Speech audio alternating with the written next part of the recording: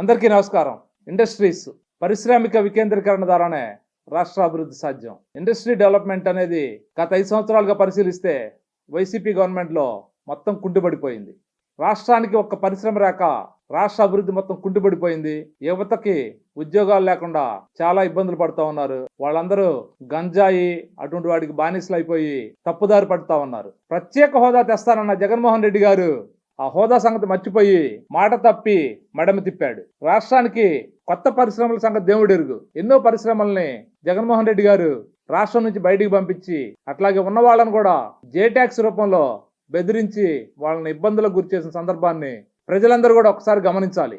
అమర్ రాజా batteries, Zuari cements పరిశ్రమ, Lulu factory, అట్లాగే ప్రకాశం జిల్లాలో పేపర్ ఇండస్ట్రీ, జాకీ ఇండస్ట్రీ, ఇటువంటి ఎన్నో ఇండస్ట్రీస్ మన రాష్ట్రం నుంచి బయటికి వెళ్ళిపోయేటట్టుగా రాష్ట్ర ప్రభుత్వం వ్యవహరించింది. సో ఎన్నో ఇండస్ట్రీస్ ఎంతో అభివృద్ధి చెందాల్సిన పరిస్థితి నుంచి చాలా ఇబ్బందులు గురిచేసిన సందర్భంలో ఇండస్ట్రీస్ అన్ని కూడా బయటికి వెళ్ళిపోవడం జరిగింది. 2014 నుంచి 19 మధ్యలో నారా చంద్రబాబు నాయుడు గారు సన్ రైజ్ ఆంధ్రప్రదేశ్ అనే ఒక నినాదంతో చాలా ఇండస్ట్రీస్ని ప్రపంచవ్యాప్తంగా తిరిగి అటు అమెరికా కానీ, యూరప్ కంట్రీస్ కానీ, అట్లాగే పర్టికులర్గా దావోస్ కానీ అన్ని ప్రదేశాలకు వెళ్ళి ఇండస్ట్రీస్ని తీసుకురావడానికి ఎంతో కష్టపడితే జగన్మోహన్ రెడ్డి గారు వచ్చిన తర్వాత ఆ పరిశ్రమలన్నింటినీ కూడా ఇబ్బందులకు గురి చేసి బయటకు పంపించిన సందర్భం మనం గుర్తు చేసుకోవాలి. ఇండస్ట్రీ డెవలప్మెంట్కి ఎలక్ట్రిసిటీ అనేది ఒక కీ కాంపోనెంట్. అటువంటిది ఎలక్ట్రిసిటీ ఛార్జెస్ పెంచి జగన్మోహన్ రెడ్డి గారు ఉన్న ఇండస్ట్రీస్ మీద భారం పెంచి కొత్త వాటిని తీసుకురావడమే కాకుండా ఉన్న వాటిని కూడా బయటికి పంపించారు విద్యుత్ ఛార్జీల భారం వల్ల.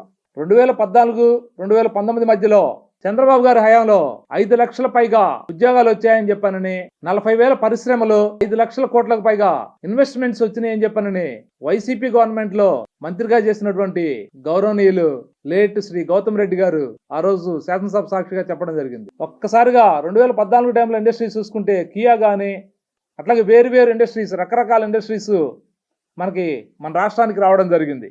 ఇట్లాగే తెలుగుదేశం పార్టీ హయాంలో మనం ఒకసారి గమనిస్తే Davos world economic summit one of the most prestigious summit.